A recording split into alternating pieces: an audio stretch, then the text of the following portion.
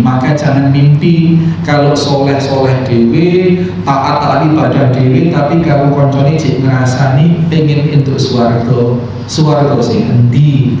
Padahal maghfiratu min rabbikum itu adalah maghfirah atau permaafan Allah dari dosa kepada Allah dan dosa kepada sesama manusia. Allah akan menghalalkan dosa manusia itu kalau mendapatkan penghalalan dari sesama manusia yang mendapat penzaliman.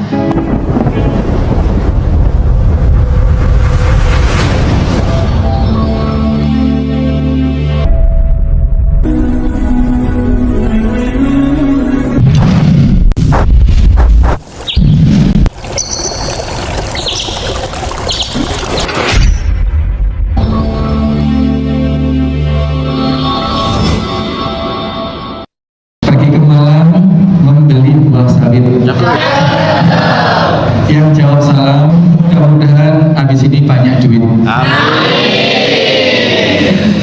Baik ya, semangat ya. Assalamualaikum warahmatullahi wabarakatuh. Satu ibu saling memaafkan ya.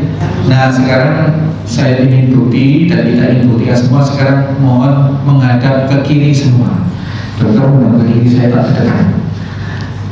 Menghadap ke kiri semua, ke kiri semua. Nah, ke kiri ya, ke kiri. Monggo dokter silakan. Ke kiri. Aziza, ke kiri. Nah, ini SBD ini. Coba lihat tangannya ditaruh di sini. Sambil zikir 30 kali. Subhanallah, subhanallah, subhanallah.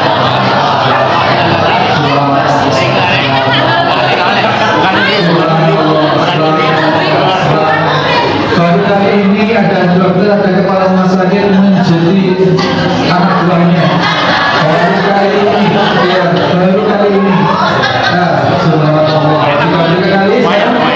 Alhamdulillah. Alhamdulillah. Alhamdulillah. Alhamdulillah. Alhamdulillah. Alhamdulillah. Alhamdulillah. Alhamdulillah. Sekarang Allah ada di Tanjara. Allah sampai menapaskan kejadian itu. Gak ada serangan dia di situ ya.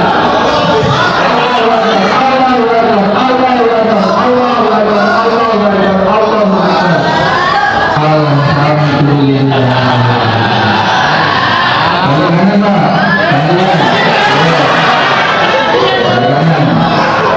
Kapan lagi saya bersama? Subhanallah lagi. Subhanallah, subhanallah, subhanallah, subhanallah, subhanallah, subhanallah, subhanallah,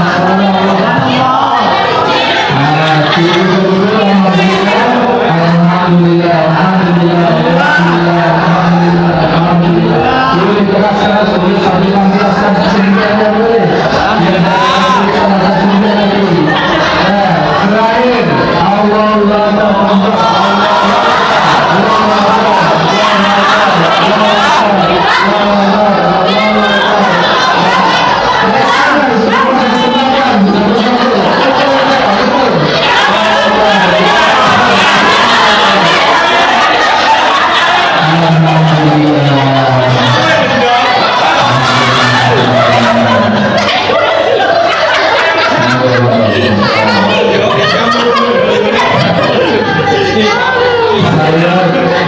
saya sengaja menghindar sudah nggak diundur di dokter.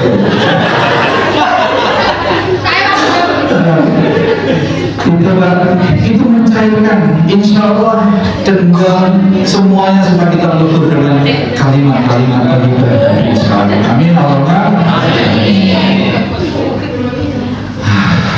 Alhamdulillah. Kapan lagi menghubungi dokter langsung? Demikian Bapak sekalian. Jadi kita mengurai benang kusut, mencairkan sesuatu yang beku. Inilah makna halal bihalal.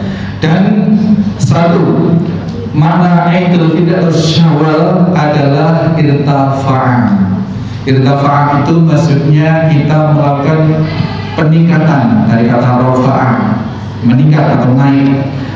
Jadi setelah kita menghapus dosa-dosa kita kepada Allah selama bulan Ramadan, kemudian kita Syawal, Idul Fitri, Syawalan, tadi ada minal aidin wal faizin, ini kosakata bahasa Arab tetapi tidak dalam rangkaian kalimat bahasa Arab. Jadi yang betul sesungguhnya kalau kita bertemu itu saling memaafkan dan mohon maaf lahir batin dengan saling mendoakan taqabbalallahu minna wa minkum. Mudah-mudahan Allah menerima amal ibadah kita selama puasa dan menerima permaafan kita semua ini. Dan para sahabat dari informasi para tabi'in berdoa untuk kemakbulan di bulan Ramadan dan bulan Syawal itu 6 bulan setelah Syawal itu terus taqabbalallahu minna taqabbalallahu minni taqabbalallahu minni, bagi diri sendiri. Kalau bagi seluruhnya taqabbalallahu minni wa minkum minna wa minkum.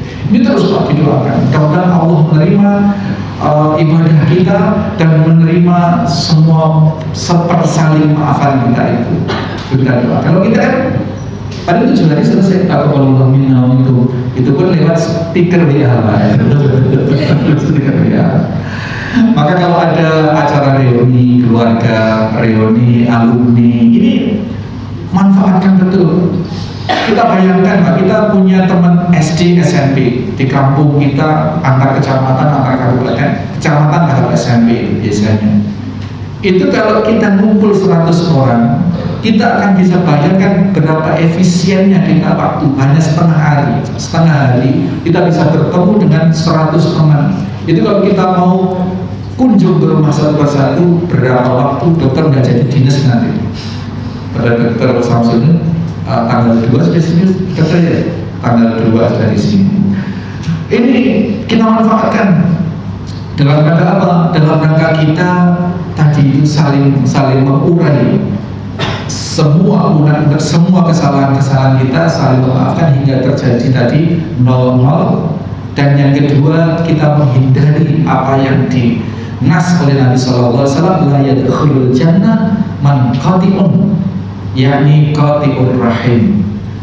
Tidak akan masuk surga orang yang masih punya dendam, orang yang masih punya rasa apa tadi soker, ya, sehingga akan menghambat tali relationship, tali pergaulan. Apakah pergaulan kekerabatan yang punya pertalian darah, apakah sejawat, apakah seprofesi seperti ini. Orang-orang yang tidak mau mengurai dengan kusut, yang tidak mau menyambung, tidak mau memelihara pertalian itu, maka dinas la yadkhulul jannah, tidak masuk surga. Masya Allah, ini mengerikan sekali. Maka hablum minan nas ini serangkaian dengan hablum minallah. Kalau kita baik kepada Allah, di antara kebaikan kepada Allah adalah baik, di antara indikasi kita baik kepada Allah itu adalah baik kepada sesama manusia. Bahkan sampai dinyatakan Nabi, ridallah fi ridha ibadi. Ridha Allah itu berada dalam ridha para hamba-hambanya, sesama hambanya. Kalau sesama hamba tidak saling ridha, maka ridha Allah juga akan tertahan. Maka dari itu ini sangat penting diagendakan seperti ini, halal bihalal, namanya halal bihalal ini saling halal, saling mengurai, saling menghalalkan dalam arti yang ini, bukan arti yang halal boleh gitu. Halal boleh itu halal boleh semua nanti. Ya, setelah dosa-dosa kita bersih dan kepada Allah dan kepada sesama manusia, maka kita menghindar dari justifikasi Nabi SAW untuk agar kita tidak termasuk ke dalam orang-orang yang disebut qati'ur rahim atau memutus hubungan relationship, hubungan keharmonisan, hubungan sosial. Saya perluas hubungan sosial. Sebenarnya kalau rahim itu terbatas dalam hubungan kekerabatan yang punya pertalian darah. Tetapi dalam konteks yang lebih luas adalah hubungan sosial. Punya anggota bisa di browsing surat An-Nisa ayat 36. Artinya saja untuk bisa mengenal Allah dan janganlah kamu mempersekutukannya dengan sesuatu apapun. Berbahaya Allah ya. Dan sampai situ. Jadi esensi kita mengabdi kepada Allah itu adalah menyembah hanya kepada Allah dan tidak mempersekutukan kepada sesuatu apapun. Ini dalam rangka kita menjaga hubungan kita dengan Allah yang hablum minallah tadi. Sebelum kita memfollow api hablum minallah tadi, apa tugas kita kepada Allah? Kewajiban atau hak Allah atas kita itu apa? Hak Allah adalah untuk disembah, untuk diibadahi. Tidak boleh ada ibadah selain kepada Allah Subhanahu wa Ta'ala, dan tidak boleh mempersekutukan Dia. Ini hak Allah. Apabila kita ingin mencapai derajat yang saling diridhoi tadi. Berikutnya kemudian kepada kedua orang tua. Bapak sekalian, ridha Allah fi ridha walidain. Orang Jawa bilang wong tua itu pangeran katon. Gitu. Betul. Ada yang ada segini? Ya, betul. Orang tua itu pangeran katon. Maksudnya orang tua itu adalah representasi dari ketaatan kita kepada Allah. Itu adalah ketaatan kita kepada orang tua. Seberapa kita disebut taat kepada Allah apabila kita memiliki ketaatan kepada orang tua. Bahkan orang tua ini, apalagi yang sudah renta, adalah pintu surga yang ada di dunia. Maka Kanjeng Nabi SAW wanti-wanti pada para sahabat, terutama pada Umar bin Khattab. Nanti kalau ada pemuda dari Yaman, ya, ada pemuda dari Yaman, namanya siapa? Siapa Pak Ji? Al-Qarni, Uwais Al-Qarni. Kalau ada Uwais Al-Qarni dari Yaman, kamu cari, kamu mintalah doa kepada dia. Oh, benar Pak. Ini sahabat, ini bukan sahabat karena tidak pernah ketemu Nabi.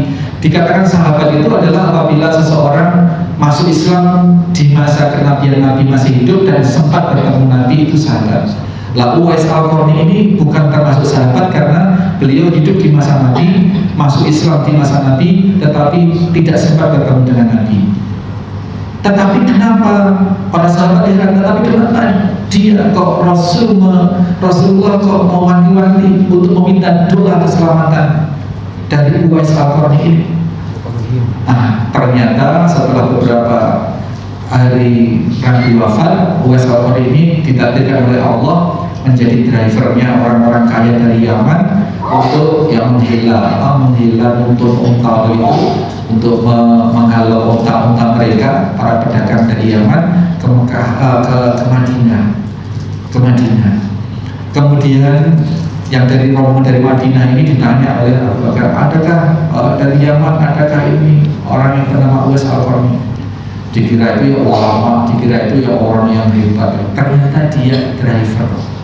Nah, ternyata setelah kita, kok saya diminta untuk meminta doa, kok Nabi mewasiatkan saya untuk minta doa kepada orang seperti ini. Nah, ternyata selidik demi selidik orang ini tidak bisa bertemu dengan Nabi dikarenakan merawat ibunya yang sakit.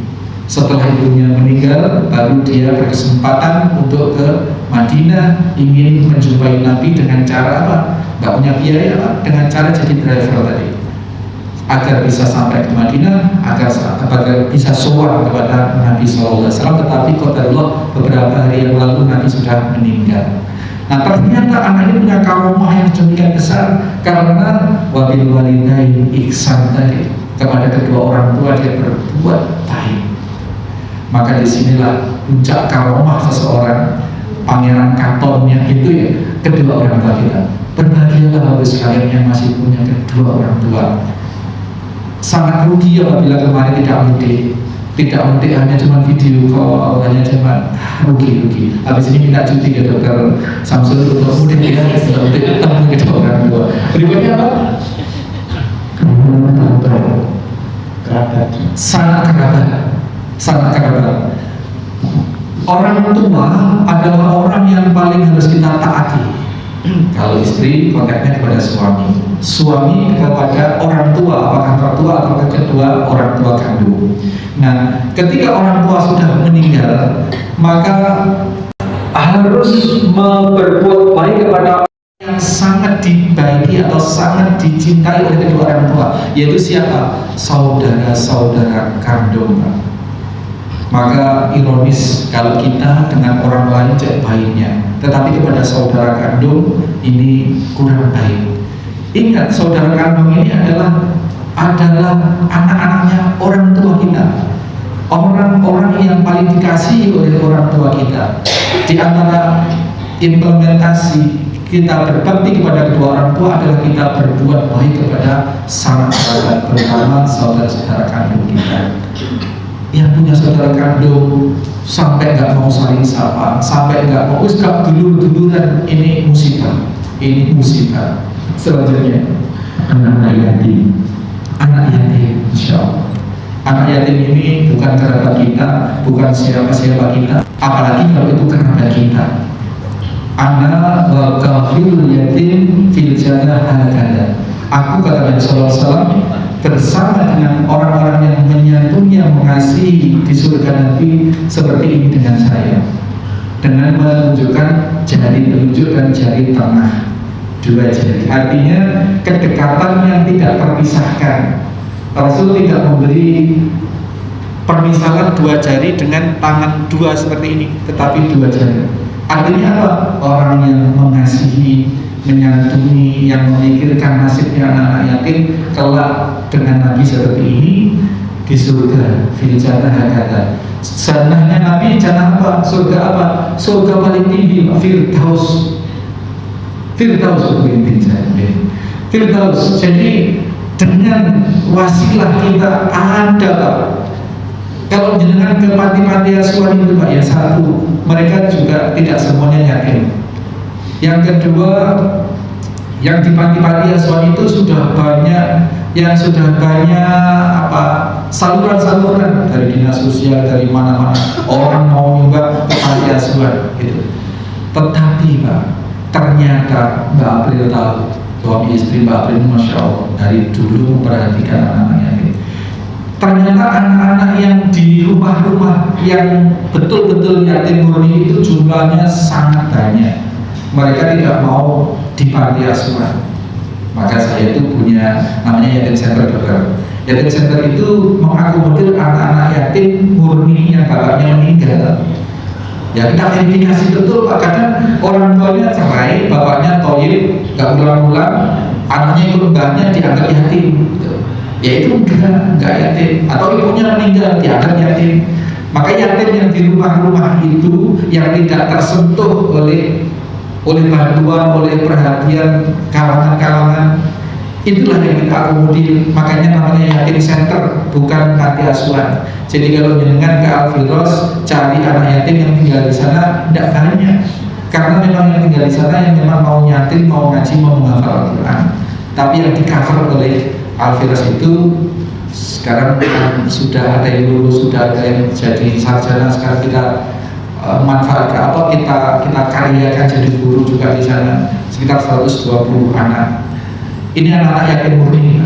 Ini sambil informasi bahwa yatim dengan anak-anak yatim. Nah, maka kita akomodir, kita inventarisir anak-anak itu, ya diantaranya kita ajak untuk ayo caranya mendoakan orang sakit di Elisari seperti ini. Kita gak pakai seragam gitu. Kadang-kadang ada itu, ya kadang-kadang kecil, kadang-kadang agak besar gitu kan. Ada yang SMP, ada yang SMA, ada yang SD gitu. Kalau terlalu masih kecil dikasih aja capli gitu, kadang takut sama orang sakit, kadang-kadang tidak banyak. Dulu berikutnya anak yatim, berikutnya apa? Orang-orang miskin. Wasari'u ila maghfiratin min rabbikum wa jannatin 'arduha as-samawati wal ardu u'iddat lil muttaqin alladzina yunfiquna fis-sarra'i wad-dharra. Jadi surga itu surga yang luasnya seluas langit dan bumi, melebihi luasnya langit dan bumi. Langit, Pak. Langit itu kalau kita ngomong langit itu sab'a samawat, 7 lapis langit. Sementara langit satu, langit dunia ini belum ada ahli fisika pun yang bisa mengukur luasnya. Kemarin Bapak Ari Ginanjar dulinan sama ChatGPT itu, kalau galaksi Bima Sakti luasnya berapa? Dijawab berapa. Kalau kemudian Bima Sakti ini mengkonsolidasi dengan yang lebih luas menjadi galaksi apa? Galaksi lagi, nggak bisa jawab. Maka jawabnya adalah Allah Akbar. ChatGPT mengaku seperti itu. Ini baru langit dunia. Maka kalau wasari'u ila maghfiratin min rabbikum wa jannatin arduhas samawati wal ardh, yang luasnya surga yang luasnya seluas langit dan bumi, ini tidak terbayangkan. Langit satu saja sudah tidak terjangkau oleh hitungan ilmuwan dunia, nggak terhitung. ChatGPT itu kayak apa sudah? Teknologi artificial intelligence, masya Allah, itu nggak jangkau. Maka informasi dari Allah, bersegeralah kepada ampunan Allah Subhanahu wa Ta'ala. Kemudian jannah yang luasnya langit dan bumi tadi itu, yang ini semua hanya diperuntukkan untuk orang-orang yang muttaqin. Siapa orang muttaqin? Alladzina yunfiquna fis syarri wad dharra. Itu. Ini di dalam surat Ali Imran ayat 133 sampai 134. Orang-orang yang yakin yang akan mendapat jaminan surga seluas langit dan bumi itu adalah orang-orang yang sudah mendapatkan ampunan kepada Allah. Yang orang yang mendapat ampunan itu adalah orang yang mutakin. Yang mutakin itu karakteristiknya adalah dia yunfikuna fisara ibadah, menafkahkan hartanya di jalan Allah, bersedekah. Menafkahkan harta di jalan Allah itu maknanya bersedekah. Kalau hartanya dibuat beli togel, itu tidak di jalan Allah, itu bukan sedekah. Kalau hartanya dibuat beli beras untuk kasih makan anak istri, itu sedekah. Jadi arti sedekah tidak hanya nyumbang, tidak ada seperti itu. Membelanjakan harta di jalan Allah itu adalah sedekah dalam arti yang sangat luas, di saat lapang maupun di saat sempit. Ini banyak bertanya, Ustaz, kalau di saat yang lapang iyalah bersedekah macam-macam, orang beli tanah wakaf dan lain sebagainya. Kalau sempit gimana Ustaz? Menafkahkan harta di saat yang sempit. Harta itu kualifikasi penafkahannya itu bukan jumlah. Kalau Dr. Samsul gajinya 16 juta, sehari ngisi kotak masjid 20.000, dengan yang penghasilannya sebulan 2 juta, dengan mengisi kota infak 10.000. Ini menurut pandangan kelaziman syarak, ini justru lebih mulia yang penghasilannya 2 juta tetapi dia infak 10.000 ketimbang penghasilannya 15 juta infaknya 20.000. Jadi apa yang dimaksud? Maksudnya adalah prosentase, memberikan seberapa yang dia punya.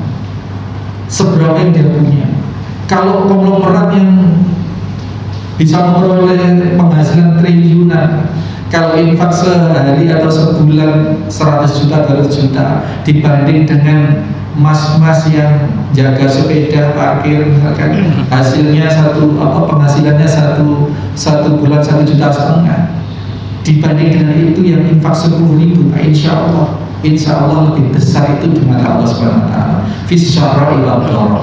Maka orang berinfak, orang bersedekah itu tidak hanya monopoli milik orang-orang yang berpunya, berkelapangan, tetapi yang berkesempitan. Terakhir apa? Tetangga dekat dan tetangga jauh. Di situ tidak disebutkan apakah dia muslim atau tidak muslim. Jadi hak tetangga itu ada hak tetangga, baik tetangga itu muslim atau tidak muslim.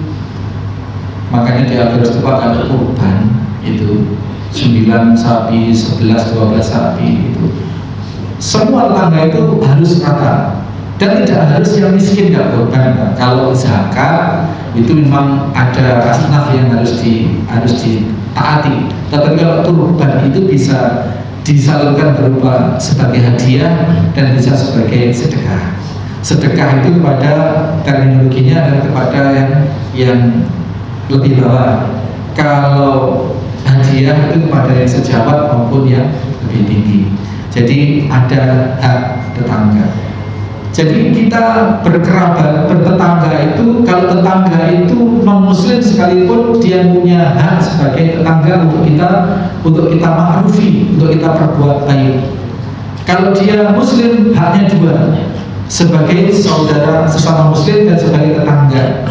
Kalau kerabat itu haknya tiga, ya sebagai kerabat, sebagai sesama muslim dan sebagai tetangga. Nah, ini bagaimana kita mendistribusikan diri kita sebagai konsep khairun nas anfa'uhum linnas. Tadi seberapapun meskipun saya akar ya harus bermanfaat. Kalau ditimbali Haji Rozikin kapan siap itu. Padahal saya ya hari ini harus ke Banyuwangi juga, tapi harus siap gitu. Demikian. Jadi atas upaya kita membersihkan diri di hadapan Allah dan di hadapan sesama manusia dengan apa? Dengan memantaskan diri orang-orang yang sudah mendapat maghfirah tadi, Ali Imran 132, kita berpeluang sudah memiliki prasyarat untuk mendapatkan surga yang luasnya seluas langit dan bumi. Maka jangan mimpi kalau soleh-soleh dewe, taat ibadah dewe, tapi kalau koncone cek ngerasani pengen untuk swarga sing endi. Padahal maghfiratu min rabbikum itu adalah maghfirah atau permaafan Allah dari dosa kepada Allah dan dosa kepada sesama manusia. Allah akan menghalalkan dosa manusia itu kalau mendapatkan penghalalan dari sesama manusia yang mendapat penzaliman. Maka kita bersyukur manajemen terutama dimotori oleh Dr. Samsul Arifin mengadakan ini bukan hal sepele Pak. Ini bukan hanya ritual yang formalitas bukan, tetapi ini sesuatu yang vital.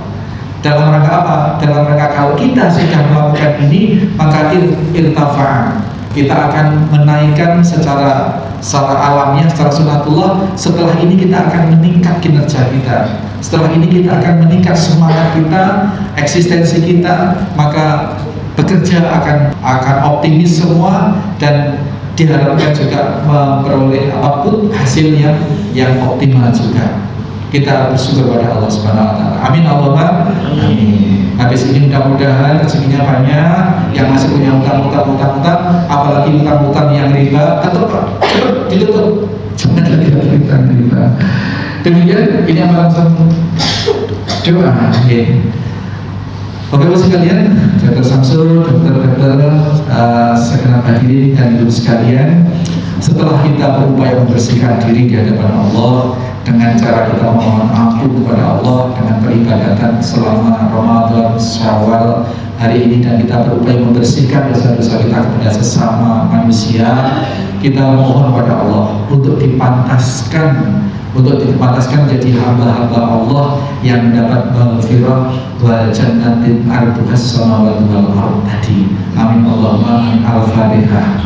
A'udzubillahi minasyaitonir rajim. Bismillahirrahmanirrahim. Alhamdulillahirabbil alamin. Arrahmanirrahim. Maliki yaumiddin. Iyyaka na'budu wa iyyaka nasta'in. Ihdinas siratal mustaqim. Shiratal ladzina an'amta 'alaihim ghairil maghdubi 'alaihim waladdallin. Amin. Allahumma inna nas'aluka salamatan fid din wal afiyatan fil jasad wa syifatan fil ilm wa barakatan fil rizqi wa tawbatan qabla al-maut wa rahmatan ila al-maut wa maghfiratan ba'da al-maut. Ya Allah ya Rabb, selamatkanlah agama kami ya Allah, peliharalah jalan kami di dalam jalan kelurusan ya Allah, yakni jalan-jalan yang Kau telah orang-orang yang telah Engkau beri kenikmatan iman dan Islam, yakni jalan kenabian, bukan jalan yang orang-orang yang Engkau murkai dan orang-orang yang sesat. Ya Allah, ya Allah, setelah Engkau berikan nikmat iman Islam kepada kami, ya Allah, sehatkanlah jiwa raga kami, ya Allah, karena di antara kerentanan akidah kami adalah adanya kerusakan kesehatan badaniah dan rohaniah kami, ya Allah. Maka sehatkanlah kami, ya Allah, sebagaimana doa-doa yang telah dituntunkan oleh Nabi Muhammad SAW kepada kami, ya Allah. Allahumma inna nas'aluka salamatan fiddin wal afiyatan fil jasad. Ya Allah, setelah jiwa raga kami Engkau sehatkan, setelah Engkau pelihara agama kami, akidah kami, tauhid kami, maka mudahkanlah rezeki kami, ya Allah, dalam rangka kami memiliki modal, memiliki bekal untuk menghamba kepadamu, ya Allah. Ya Allah, apabila ekonomi kami lancar, kami bisa mendistribusikan anugerah rahmat-Mu itu kepada seluruh sekalian alam, sehingga kami bisa mengimplementasikan kriteria kebaikan kami yang sebagaimana yang Nabi SAW sampaikan, bahwasanya sebaik-baik manusia adalah yang bisa memberi manfaat sebanyak-banyak kepada manusia yang lain, ya Allah. Ya Allah, ya Allah, perjalanan hidup kami pasti akan menemui titik akhir. Maka apabila kami Engkau panggil kelak, apabila sampai kepada janji hidup di dunia kami kepadamu, ya Allah, apabila sampai kami harus kembali kepadamu, ya Allah, maka mudahkanlah proses kami untuk bertemu denganmu, ya Allah. Selamatkanlah kami dari fitnah kematian, ya Allah. Mudahkanlah kami maut kami, ya Allah. Ya Allah, mudahkanlah kami dalam menghadapi sakaratul maut, ya Allah. Rabbana zalamna anfusana wa illam taghfir lana wa tarhamna lanakunanna minal khasirin. Ya Allah, kami Engkau turunkan ke dunia dengan segenap fitnah yang luar biasa besar, ya Allah. Maka sesungguhnya kami semua adalah orang-orang yang sangat rentan terjerumus ke dalam kezaliman. Kami menzalimi kami sendiri, ya Allah. Apabila Engkau tolong kami, apabila Engkau tidak selamatkan kami, sungguh kami adalah orang-orang yang celaka dan merugi, ya Allah. Rabbana zalamna anfusana wa illam taghfir lana wa tarhamna lanakunanna minal khasirin. Rabbana hab lana min azwajina wa dzurriyyatina qurrata a'yun waj'alna lil muttaqina imama. Ya Allah, berilah hidayah kepada kami semua, ya Allah. Kepada yang belum menerima iman-Mu, ya Allah, berilah petunjuk sebagaimana Umar bin Khattab dengan mudah Kau berikan petunjuk dengan beberapa ayat-ayat suci-Mu, sehingga yang tadinya menolak keyakinan, keimanan terhadap-Mu begitu mudah kemudian berbalik menjadi pembela agama-Mu, ya Allah. Ya Allah, jadikanlah kami sekeluarga permata-permata hati, permata-permata kebaikan di antara kami, menjadi suluh, menjadi pencahaya di antara kami dalam keluarga, ya Allah. Jadikanlah suami kami, istri kami, anak-anak kami sebagai qurrata a'yun, sebagai permata hati kami, ya Allah. Dan jadikanlah kami sekeluarga, jadikanlah anak-anak keturunan kami kelak menjadi para pembimbing, menjadi para panutan orang-orang yang muttaqin, ya Allah. Ya Allah, jadikanlah kami orang-orang yang mudah bertaubat kepadamu, ya Allah. Ya Allah, jadikanlah kami, berikan rezeki kami kepada kami berupa taubatan nasuha, taubat yang sesungguh-sungguhnya, sehingga Engkau pantaskan kami untuk memperoleh maghfirah-Mu, ya Allah, dan memperoleh jannah-Mu, ya Allah.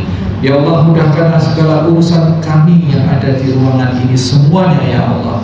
Apakah yang telah mengerti hukum-hukum-Mu ataupun yang belum mengerti hukum-hukum-Mu, dengan Kau mudahkan, dengan Kau bimbing kami, maka kami akan sampai kepada kesejatian, kebenaran, dan kebaikan dunia akhirat kami, ya Allah. Rabbana atina fid dunya hasanah wa fil akhirati hasanah wa qina adzabannar. Ya Allah, di dunia kami berilah kemuliaan, berilah kemudahan hidup, berilah solusi-solusi atas segala permasalahan kami, berilah pemecahan-pemecahan atas segala persoalan-persoalan kami, ya Allah. Mudahkanlah hidup kami dan mudahkanlah juga akhirat kami, yakni mendapatkan surga-Mu, ya Allah. Subhana rabbika rabbil izzati amma yasifun wa salamun ala mursalin walhamdulillahi rabbil alamin. Al-Fatihah.